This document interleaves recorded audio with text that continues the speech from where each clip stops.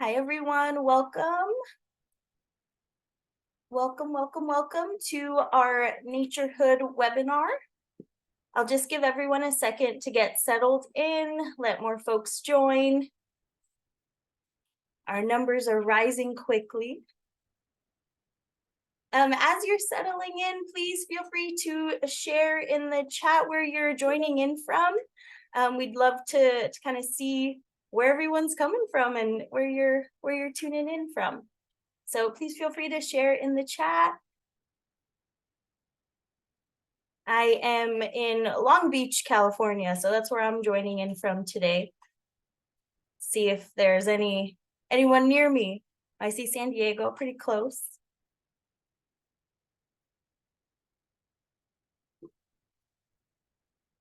All right.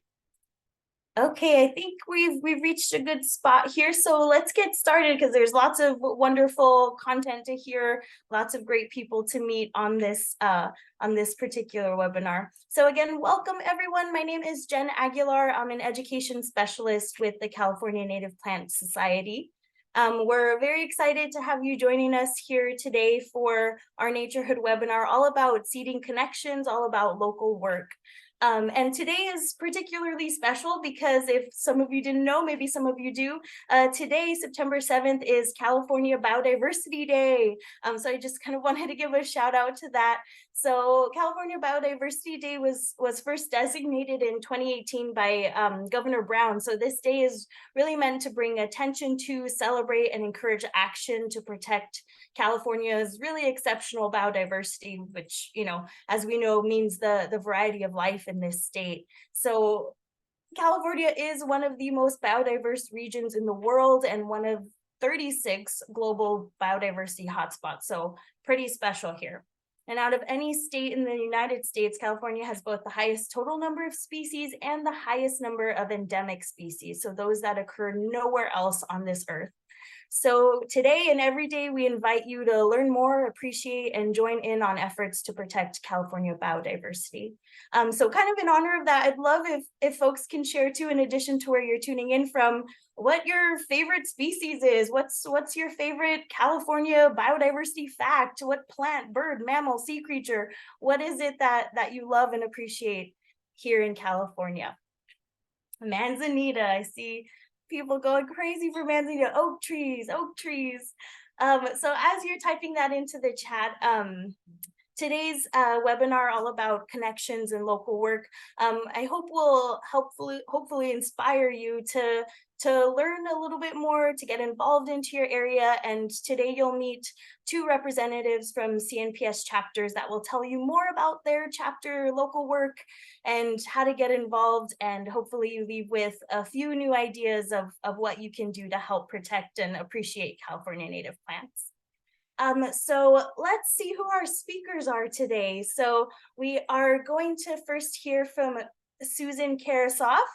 So Susan Karasoff gardens in San Francisco's clay soil and is a member of the California Native Plant Society Yerba Buena chapter.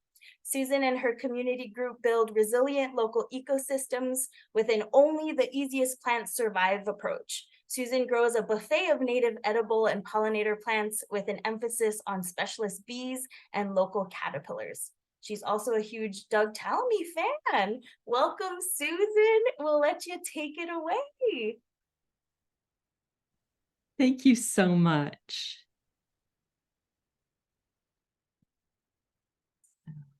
I think I have to share first, and then there we are. Then play. Okay. So thank you all so much for coming, and thank you for participating in California Native Plant Society webinars. That means you are part of our community, and I appreciate every one of you, because there is no way we can do as much work as we need to do and want to do without everyone. So consider bringing your favorite self, all of your favorite skills, all the things you want to learn to do, all the things you want to explore, and bring that to volunteering with an understanding that all volunteer groups, including California Native Plant Society and our chapters, we will always ask too much of you, and you are always welcome to say no. So if you haven't planted native plants before, please start. Please start with something easy like poppies or yarrow or miner's lettuce or any of the Clarkias. All of those are really easy. If you already plant native plants, plant more native plants. Collect seeds. Now is a wonderful time to collect seeds from all of our native plants. If you've got a mature native plant garden and you've got extra plants and extra seeds, please consider saving those seeds and sharing them with other people in your neighborhood. You can reach out to your CNPS local chapter to do that, or you can share with people through Nextdoor. You can talk to your neighbors. If you have a cranky neighbor that doesn't want to plant native plants, skip them and go to the next one. If you are involved with Girl Scouts or have been involved with Girl Scouts or Boy Scouts or Explorer Scouts, please consider working with them to not only clear out invasive plants, but then to follow up with native plants. If you look at that school garden in the upper right corner, that was this weird piece of school property that was completely overrun with weeds and junk, and was completely accessible to the public. So we had some issues with weeds and junk, and no longer accessible from the school.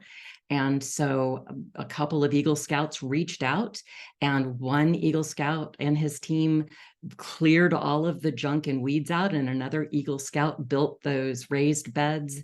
And now we've got an ability to add plants in there. And so we've added very shade tolerant native plants and seeds, and the kids are having a lot of fun running around and doing something other than sitting.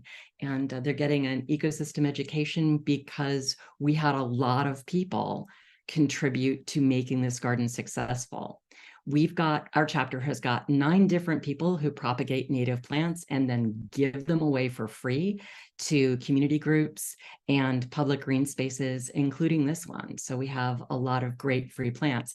So if you've always wondered about propagating plants, or if you already propagate plants and need someplace to give them away, there is a good chance your neighbors or neighboring green spaces or schools could use something like that. I know that our chapter gets reached out to by various school teachers who want to be able to provide an ecosystem education for their kids and would like some example plants. We happen to have 6 kinds of soil in 7 miles by 7 miles, plus 3 north and south fog and wind banks. So we have a bizarre number of plant communities, and each school has got a completely different setup. So it's quite a bit of fun to figure out what's going to work for which school. So if you've got the ability to share seeds or plants, if you are willing to put together plant lists, a lot of people want to be able to plant for butterflies and plant for caterpillars. There's 1,300 butterflies and moths in San Francisco, in California, every single one of whom needs the native plant or plants that it co-evolved with, just like the monarch. So if you could make a plant list for both of what those butterflies are and what their associated caterpillar plants are, so that you could share that with your neighborhood, that would be amazing. Do not feel like you are restricted to volunteering through California Native Plant Society. There are other community groups that plant that plant to say beautify, or plant for some other reason, or just want to get rid of invasive plants because those are getting into their other green spaces. Consider getting involved with those groups. There's a wide number of places to get funding for biodiversity, including at number 1, your water company.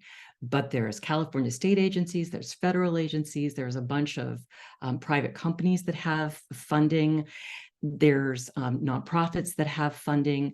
But what they need is a community group, and they need a community group that has that is an organization and has an actual accountant and can contribute, that understands what accounting practices are. I'm not that person, but I work with two different groups, and I'm very lucky that we have accountants in both groups. So if you're an accountant and you want to donate some services like that, that would be fabulous. We can't go get grants if we don't have accountants. And so plant lists and accountants, so you can get outside and go rip out invasive plants. That's what I happen to like to do. There are people that I'll chat with in public green spaces who end up liking to water, or people who just like to plant, or people who are only interested in planting if I'm planting something edible. We have a bunch of native edible plants. Every single one of our onions, for example, is completely edible. All of our sages are edible, including the chia sage that you could grow in a container. So there's all kinds of opportunities to connect with people who are interested in planting something, and still convincing them that they could plant some native plants. It's astonishing to me when I plant native plants. I specifically plant for bees, and I get birds, I get butterflies, I get a lot of other wildlife, and helping people understand that, hey, that could happen is important and fun. If you have a front yard and you're outside, please be willing to talk to people who stop and admire your native garden, because a lot of people just are looking for pretty, and that's okay. We have a lot of pretty native plants. And please consider collecting rainwater. Your water company is likely to help you fund that. Anything from rain barrels to quite a bit of rainwater storage. As we want to continue planting, as climate change does its awful dance, we are going to need a lot of help storing water and then using that for irrigation rather than using tap water for that. If you like to hike in green spaces, consider hiking in green spaces, getting to know your green spaces, and then consider leading hikes for California Native Plant Society or any of the other groups that do nature-related things, such as Audubon Society or Sierra Club. Contribute to citizen science data. If you haven't played with iNaturalist, it is a lot of fun. You can take pictures of things, you can map things. A lot of the funding requirements show that you are specifically going after specific wildlife, and iNaturalist is a wonderful free tool to help you understand where that wildlife is and how you could attract it to the green space that you are asking for funding for. Someone once pointed out to me that the entire world we live in is designed, so we might as well get good at design. And so if any of you have ever been landscape design curious, please learn anything about landscape design and help people add plants successfully to their garden such that it looks pretty. We're humans, we really like to look at pretty things. And free landscape design help, even if you have no background, is remarkably helpful. I've been slowly teaching myself landscape design because there's just so much of a demand for people who will do it for free. I always tell people that you are getting what you pay for. You are paying for you are not paying anything, but that's still more helpful than people who are just randomly adding things. If you have got mobility issues and you just want to stay at home, you're not comfortable, say, going outside for some reason, there's all kinds of things that we could use your help with, including not only making those plant lists, but also illustrating brochures. Again, people are attracted to pretty, and illustrated brochures will really help your chapter get the word out about your local plants and the wildlife associated with them. Also, every city, every county, every open space, and the state of California still need to have advocacy work done, and you can call in so often on Zoom or Teams or whatever their tool is, and give short, concise public comment about how you want every public dollar for every public green space to include adding local native plants so that you can have your local pollinators and support those populations. That's the message. It's pretty short. Keep hammering at it. State of California has got, did I mention a lot of state of California funding? A lot of state of California funding, and almost none of it requires local native plants. So I've been shouting at the state of California for a while. Please join me in that. I could really use some help. We are very lucky to have someone in our chapter who was around when the California Environmental Quality Act was developed, and she's willing to read every environmental impact statement that comes out on one of our green spaces, which I'm really grateful for. I'm just not going to read those things, and if I read them, I wouldn't understand them. And she summarizes them in just a couple of lines so that we can use that information to advocate for better decisions, specifically with our city, which is still laughably not planting a lot of native plants. You might consider taking one of the naturalist studies. University of California has got naturalist studies. A lot of our local colleges will teach you to be a naturalist. And just get creative, make videos, tell stories, dance with the butterflies, do a TikTok. Whenever somebody does some butterfly TikTok, all of my friends send it to me. Be that person to make butterfly TikToks for us, because I'm just off randomly doing plant lists and, grouching with the city about how I want more native plants. So these are the kinds of things that you could consider doing. Don't let my imagination limit you. Go off and do whatever it is you love to do. We have got someone who stitched a tablecloth for us so that we can use that at tabling events. That has been so much easier to use than a banner, I cannot even tell you. So if you love to sew, that would be fantastic. If you love to knit, make little knit butterflies for the Girl Scouts when they give out seeds or are planting seeds. Do whatever fun, favorite thing you love to do, and do lots of it, because we need help from each and every one of you. So in the chat, if you'd like to, and you feel comfortable, say where you're from, what you like to do, what you want to bring to the party near you. Are you in Fremont? Are you willing to work on their street tree list? Are you in Mountain View? City of Mountain View is working on a biodiversity policy. Are you somewhere in San Mateo County? Can you get them to fix their tree list? They still have invasive trees and medium water use trees on their street tree list, which admittedly, so does San Francisco. Get all the native trees at least added to the list. These are the kinds of things that you could consider doing. So yeah, in the chat, where you're from, what you want to bring to this party that we are all in, to this community that we are all in. I'm so grateful to everyone. And let me turn this over to Antonio. Thank you so much, Susan. I love that list of ways to get involved, because as many of us know, there are so many different interests and different ways that we all connect with the world around us. So it's nice to have that list of diverse activities and things to look forward to. I forgot to mention, please, for all of the participants in our webinar today, if you do have any questions, please feel free to put those into our Q&A. As opposed to the chat, it just helps me keep track of everything. So you're helping me stay organized. So yes, please use that Q&A feature for any questions that you'd like for me to ask our speakers today. All right, so let's go to our next speaker. So next we have Antonio Sanchez. Antonio Sanchez is a board member of the Channel Islands CNPS chapter, which covers Ventura and Santa Barbara counties. He has worked at various native plant institutions across the state and has tried to help introduce CNPS and native plants to different and diverse groups over the past 15 years.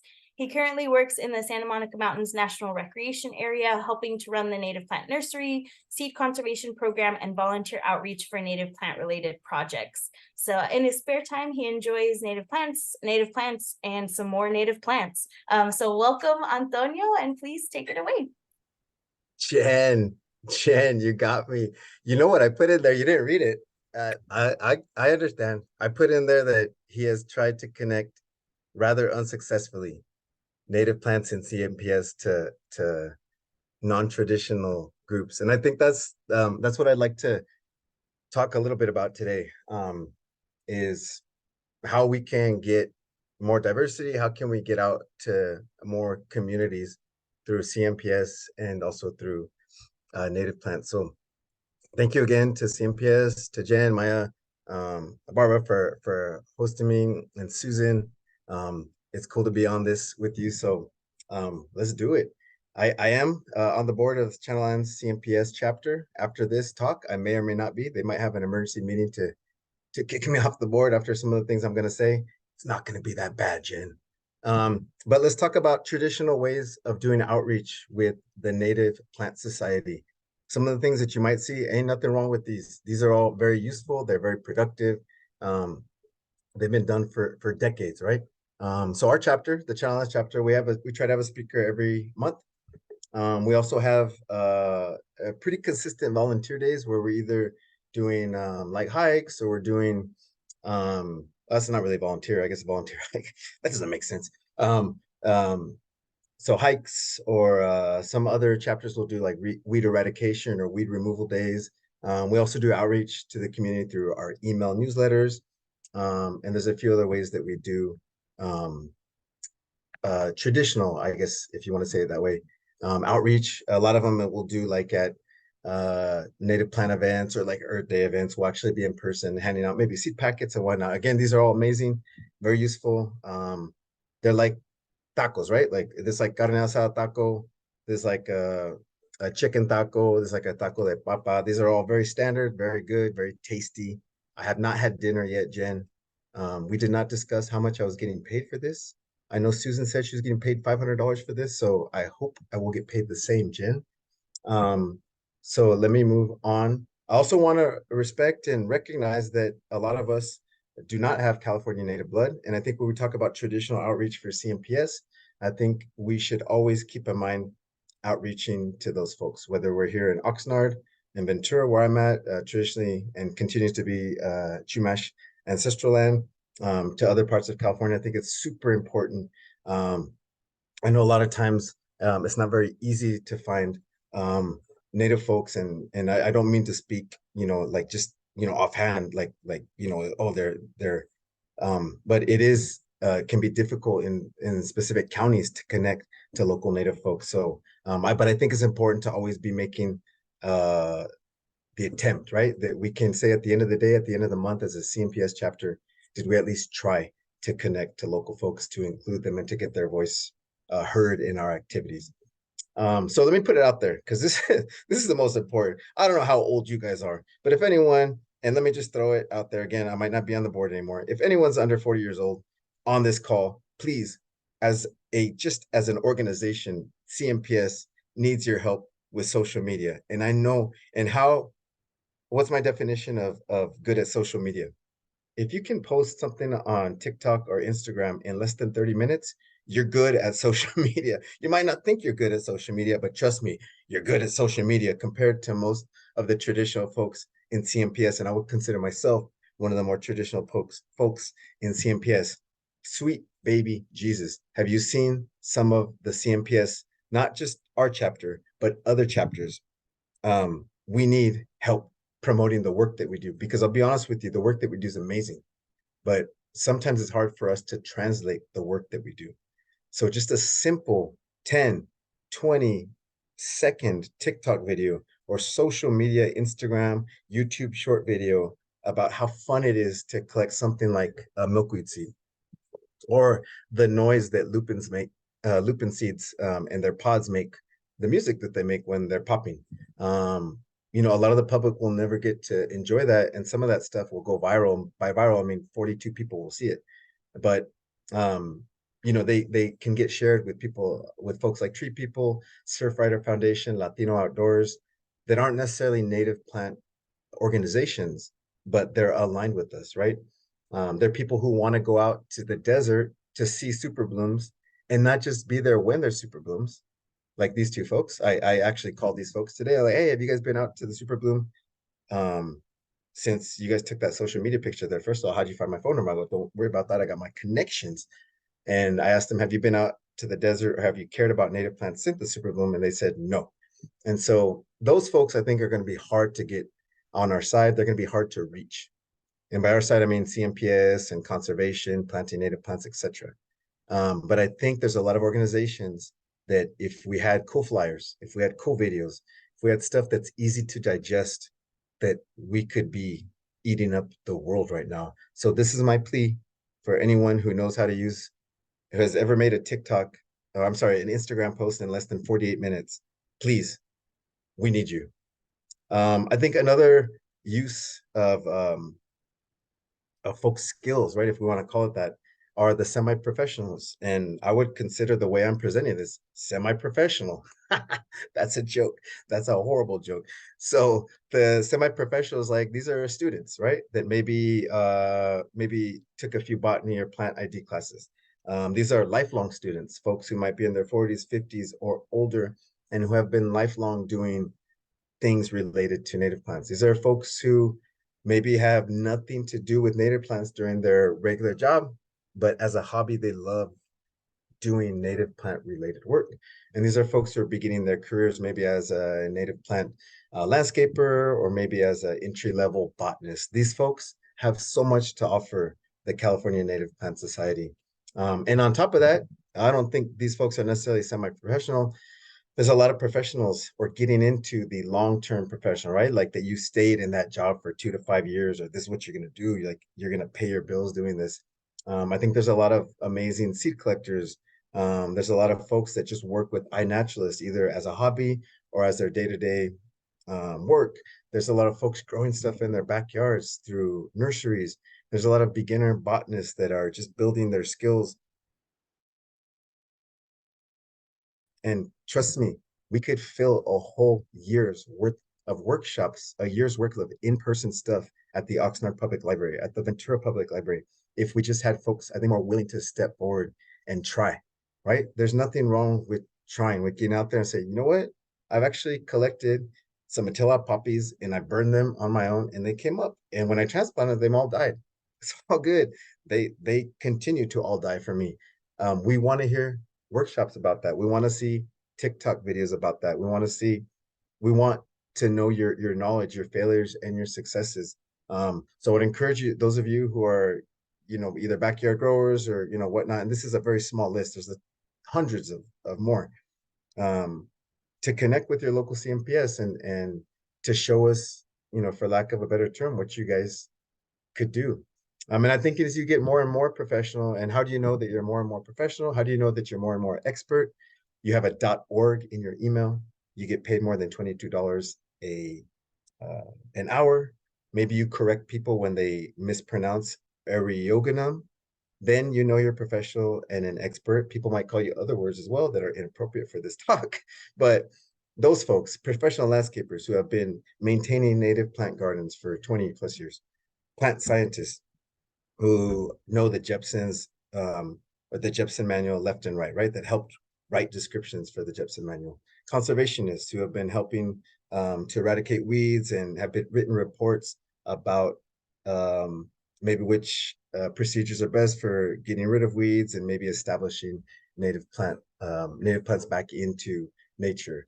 Folks who work at herbaria, folks who are leading the charge with the BLM or Seeds of Success or various land conservancies on collecting seed. All of you, we could use your help here at CNPS throughout the state, showing others what you can do locally.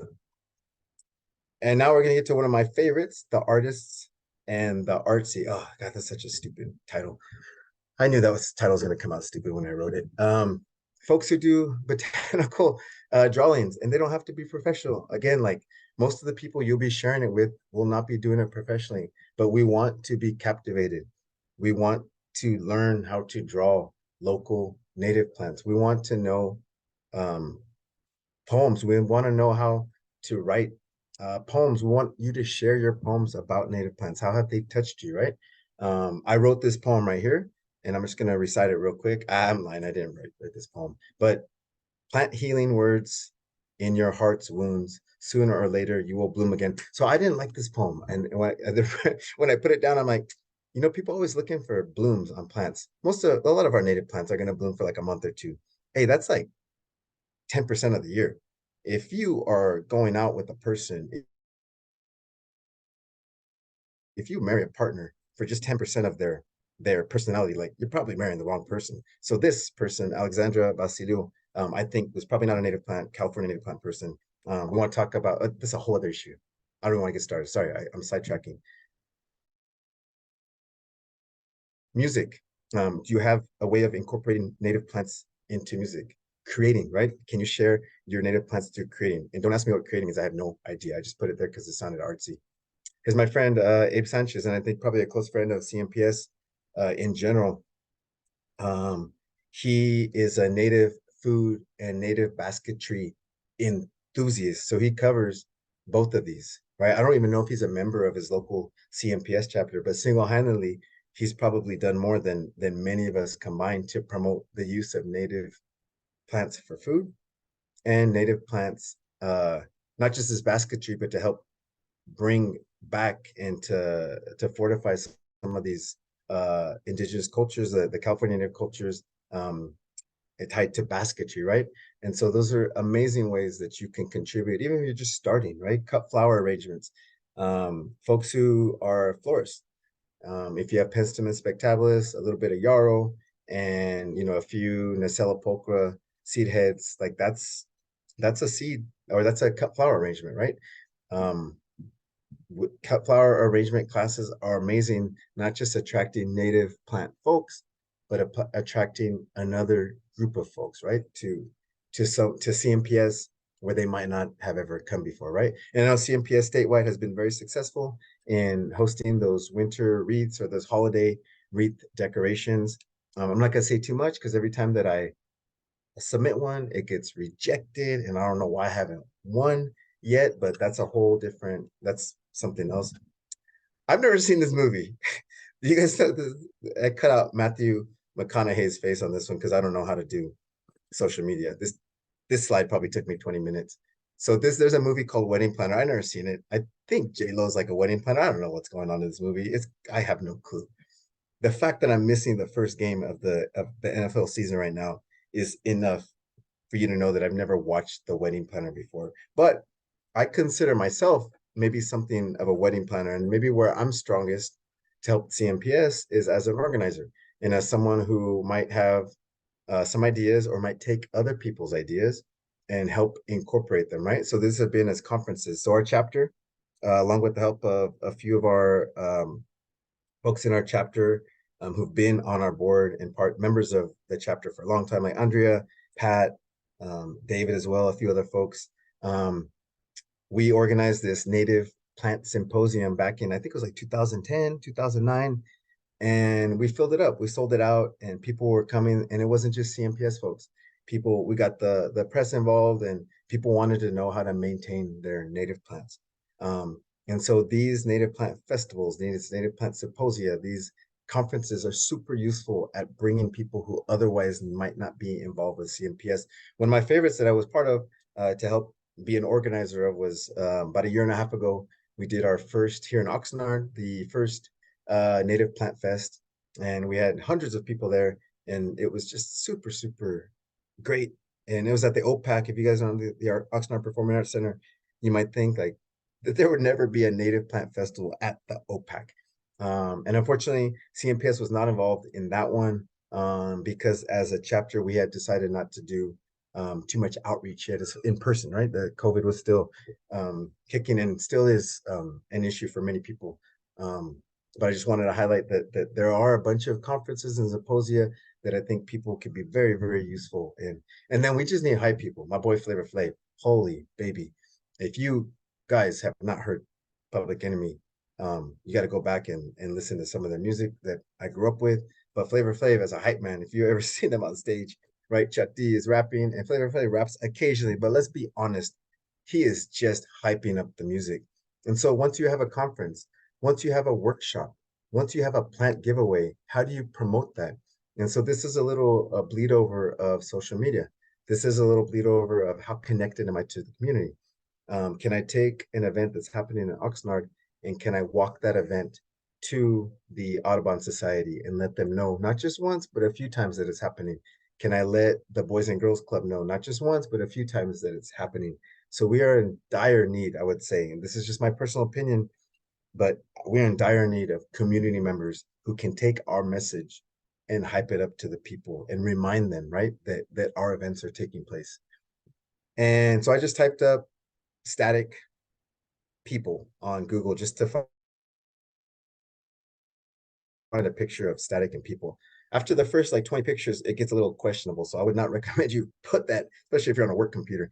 But this is what I got, and it's blurry as heck. But I think we need people that can take two things and make them stick together, right? So groups like Latino Outdoors, and other community groups, right? That, Latino Outdoors maybe over the course of a year, maybe thinks very, very little about native plants, but they're very close, right? They're just a step away. It's like a vegetarian, and like they're just a step away from being vegan, right? That's what our goal is, right? Local community gardens, they're already getting their knees dirty, their hands dirty almost every day. How close are they to planting hummingbird sage that we could use in our honey, and our teas, right? Local native folks, local master gardeners are just a step away or are already in this world. And I would encourage you all, if you guys are not CNPS members, it's all good. If you guys have never given a class, it's all good. Just show up and be yourself. Maybe you bring your kids, and then the CNPS chapter you're part of realizes, oh, dang, we got a lot of people in our chapter who got families and got kids. Maybe we need to direct some classes to families. Bring your culture. Me personally, my jefita, my mom, rest in peace, has passed away. But if I were to bring my mom, who spoke very, very, very, very, very, very, very, very poor English, I think Tommy's Burger was the most that she said. We would want hiking classes in Spanish, right? So show up as yourself and be yourself, and don't be afraid to step in and not necessarily be a leader, because I don't think we need people to be leaders. I think we just need people to participate, right? If you're an accountant, if that's your skill, help the CMP at your local chapter out, right? At a plant sale, or just on the board as controlling the money, right? And if you have skills to share, this would include folks who are very close to native plants, but don't necessarily do native plants, right? So I've been lucky enough to give native food talks to like a rare fruit growers chapter in San Jose and in Orange County, composters, folks who are working on climate change mitigation issues, folks who help install rain capture systems or gray water systems. These are all folks who are CNPS friends. Sometimes they just don't know it yet. And so I'm just very proud to be part of the Channel Islands chapter. We have incorporated some of these, not all of these, and I think it's always a work in progress. There's my email if you guys would ever like to chat about some of the ideas that we've helped implement, or that some of the successes and some of the failures that we've had. But I would encourage you all to just examine yourself in the mirror, maybe not in the mirror, but mentally examine yourself and go, what do I have to offer? Because we need you, right? We need you. It doesn't matter if it's even just you and you don't know nothing about native plants. Just show up, and we would love to put you to work. So I'm gonna stop there, Jen, because you know me, I could talk for 18 years. Thank you so much, Antonio. That was a wonderful presentation. I think a lot of people maybe have seen the wedding planner, right? I don't know. So real quick, is it a good movie? I don't know. Why does this stick in my head? I don't know why I'm all the wedding. I don't know. I don't know. Yes, we're getting a comment. It's a great movie. Cool. All right. So, yeah, thank you so much for that, Antonio. I think it's been really nice to see all of the passion and enthusiasm and ideas that came forward in the chat here as you were talking. There's lots of involvement already, which is wonderful. So we're going to kind of transition into our question and answer / panel discussion here. So we'll leave it on that slide. Thanks, Barb. I want to get to a couple of the questions that you all were asking in our Q&A here. So these will be both for Susan and Antonio to answer. And we'll just kind of go through the list here and get some answers to the questions. So one of the first ones, and maybe you have some knowledge of this, Antonio, but what are some of the rules around collecting seeds from wild native plants? Can you speak to that a little bit?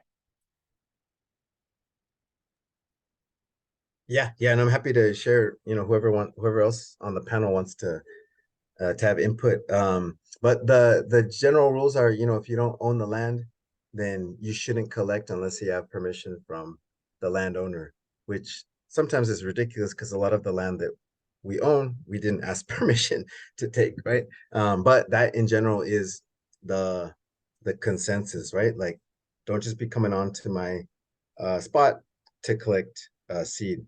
But I actually, there's a lot of schools, there's a lot of just homes. You guys might be walking in your neighborhood, be like, oh, dang, that guy has a lot of native plants. That person has a lot of penstemon and buckwheat, and it could be an entry point for you to just knock on the door and just collect seed, right? I've done that with a few schools. Actually, I've seen school gardens like, whoa, this is pretty cool. You connect with the counselor or the principal, and it's a way to develop a relationship with the school, right? But in general, most of us would frown upon collecting seed from areas that you do not own or you don't have permission from the landowner. Great, thanks, Antonio.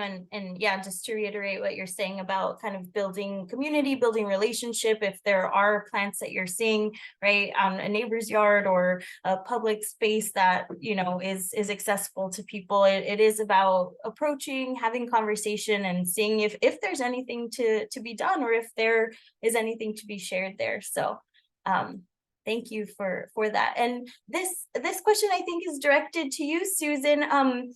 Do you know of any plant lists that are available that kind of speak to the plant and the insects that they'll attract? Yes, because I have 2 Excel spreadsheets on the Yerba Buena Biodiversity Resources website. Let me put that in the chat. Because that's we took the Doug Tallamy list and made it and sort of put it in order from the hundreds of butterfly and moth caterpillars that are fed by oaks and willows and cherries, and then just did the rest of them. Carol, I see your comment about Xerxes. Xerxes pollinator lists for me are way too broad. They might be fine for, honestly, Kansas, although maybe not for them either. But for California, it's just very different. A native plant, a Channel Islands native plant is just inappropriate for San Francisco, unless it's a toyon that really is all the way down there, or a blue elderberry that's all the way down there. So yeah, there's a biodiversity resources link on my website, on the Yerba Buena website, and I'll add that. And we also have an illustrated butterfly guide. I recently did a specialist bee thing that has a charming Excel spreadsheet looking thing on the back, because I love Excel. Antonio, by the way, thank you so much for adding the social media thing. Yeah, we have no one who's doing social media for Yerba Buena, so we definitely need the help. And Mari, thank you so much for making that offer. I sent you my my email, and now I'm going to go add that biodiversity website to this. Great, thank you, Susan. I see a lot of people calling out CalScape as well. Yes, CalScape is a wonderful resource, a wonderful website that you can use to research all the native plants. Enter your zip code to get more local and see what native plants grow best in your area, what they require, the kind of pollinators they will attract. So yes, CalScape is a great resource. Antonio, did you have any other suggestions for lists or anything like that that hasn't been mentioned? No. All right. We got them all. Let's see what other questions we have as Susan pulls up the list for you all. Ooh, there's a question here about landscape design. Are there any resources or anything that you all can think of where folks can kind of find out more information about landscape design and just what may be best for their particular areas? Yes, so I did the same thing. There's a big text document about landscape design plans, and these are the ones that seem to answer a lot of questions. You know, what can I have as a hedge? What can I replace my lawn with? There are some things for sightlines that have to be 3 feet and under, so there's a section for that. A lot of long blooming plants. There is specifically yet another long blooming plant list. Again, text, if anybody wants to volunteer to illustrate these, that would be great. So we do have a bunch of stuff on the biodiversity resources. Let me go get that for you. Nice, wonderful. Thank you, Susan. Antonio, we're getting a question about the Native Plant Festival that you talked a little bit about. Would you mind sharing when the next one will be? Oh, that's a good question. We did it 2 years in a row, and a lot of it was based off of funding, right? So there was a grant that the OPAC, the Oxnard Performing Arts Center, had applied for, and so that helped pay for the first 2 years. I'm not sure if we're gonna do it again. I hope that the second year was really good too. If it is done again, you'd probably want to keep an eye on the social media on Instagram for from Oxnard Performing Arts Center. And if it was done, it would probably be done between January to about March. That's there is another one that doesn't have anything to do with my chapter, but they're doing out in Tarzana. The Tarzana Native Plant Fest is really crazy. They happen like in the same. They started both 2 years ago, and they're both done within weeks of each other, and they both draw way different crowds. But you guys might want to look that up. The Tarzana Cultural Center. That's where we host that one, and that one got over 1,000 people. So, and a lot of people who weren't necessarily into native plants, right? So Tarzana Cultural Center or Tarzana Native Plant Fest. And then if we did the Oxnard one, you would check out Oxnard Performing Arts Center sometime probably between January and March. Great, thanks, Antonio. And yeah, for folks looking for that information, I can put in the link in just a second as we're continuing on for those 2 places Antonio mentioned. And this question's for both of you, and one that I'm kind of curious about, just in terms of your opinion. What kind of benefit can native plants have on communities? And I'm not just talking about plant communities, I'm talking about people communities too. So what kind of benefit can getting involved with native plants kind of bring into communities that you've seen? Maybe there's experiences that you've had. How does it help? What does it do? Antonio, do you want to go first? Yeah, that's smart, Susan. While you get a good answer, I'm gonna give a horrible, crappy answer because I haven't had a chance to think about it.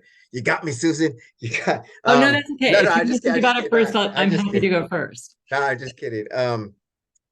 So I don't want to get too personal, but native plants, I personally don't think we're really changing the world with what we're doing. A lot of times we're just changing ourselves. We're helping ourselves.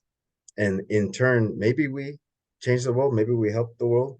But a very close personal friend of mine, who unfortunately is not with us anymore, found comfort in growing white sage. In Colonia, if you guys know Oxnard, back in the day, it used to be, heavily Mexicano, a part of Oxnard.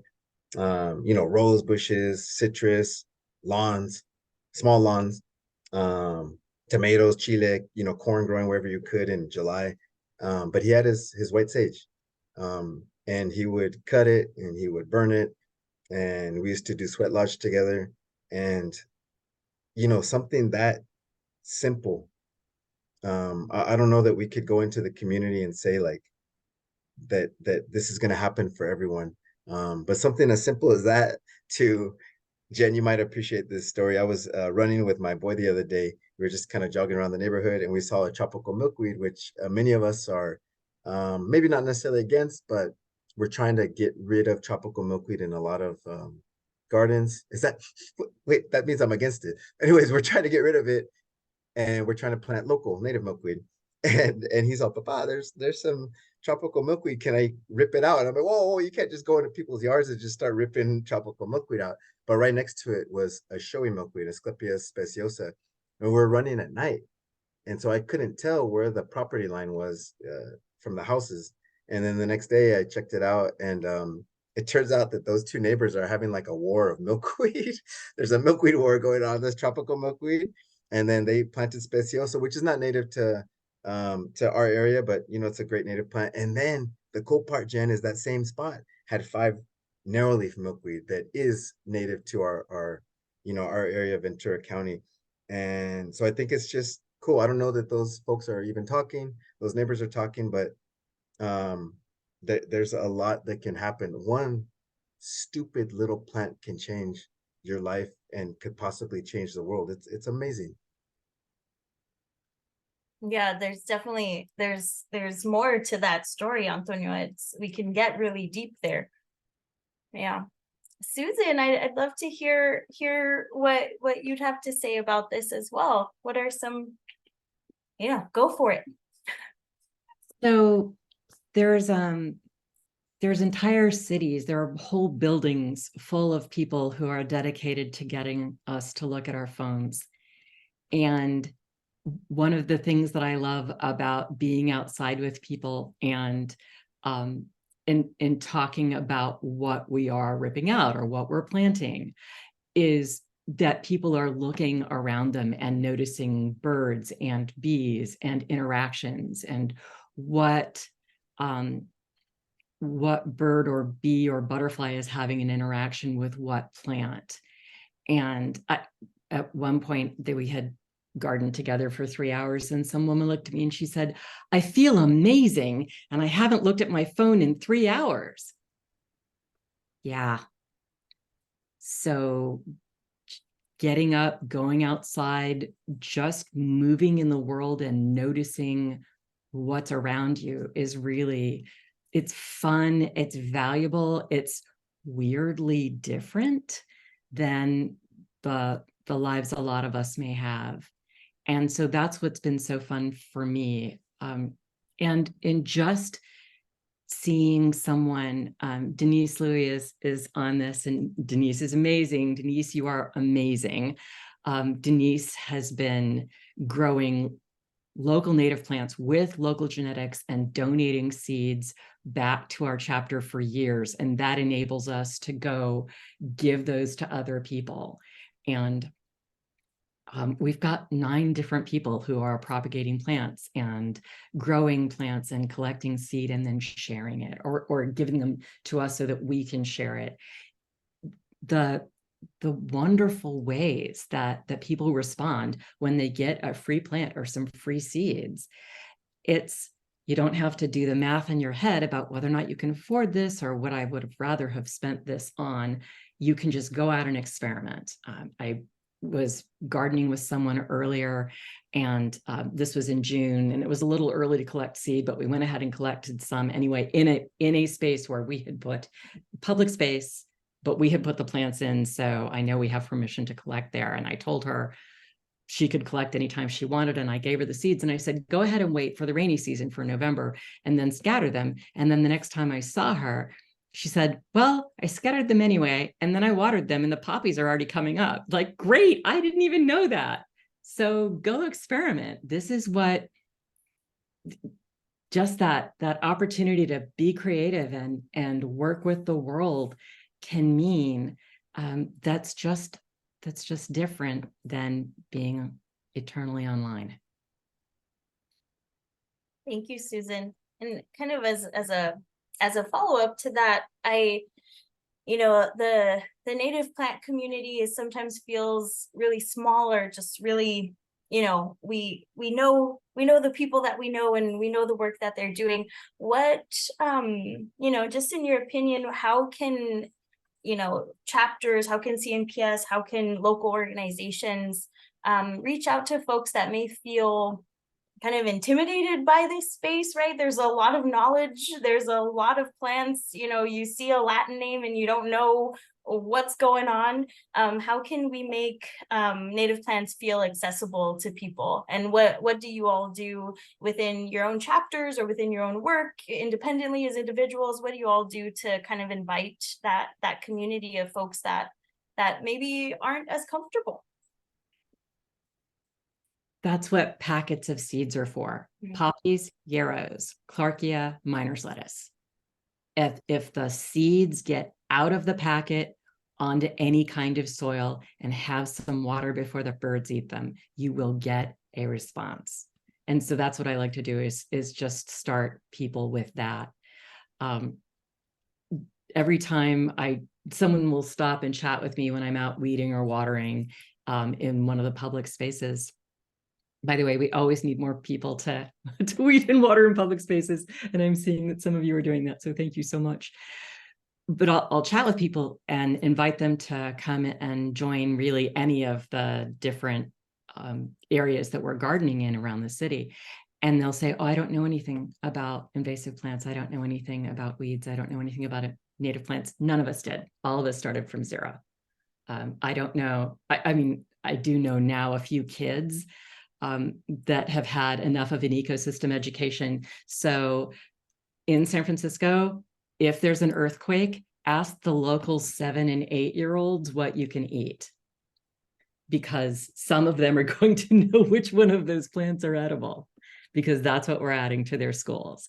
But everybody else has no idea. So that's something we just get to fix. And for me, that's do it as easy as possible. Just hand them a packet of seeds. Thank you, Susan. Antonio, any thoughts on this one? Yeah, there's so many ways. And I think it speaks to what skills does your chapter have, or do you have to contribute to this, right? Mhm. Like, oh, there's so many things to talk about, but we just held about a month ago a landscape maintenance class, right, for free on Sundays in coordination or cooperation or whatever it's called with the master gardeners here in Ventura. And we got a lot of folks who, some had planted native plants, some hadn't.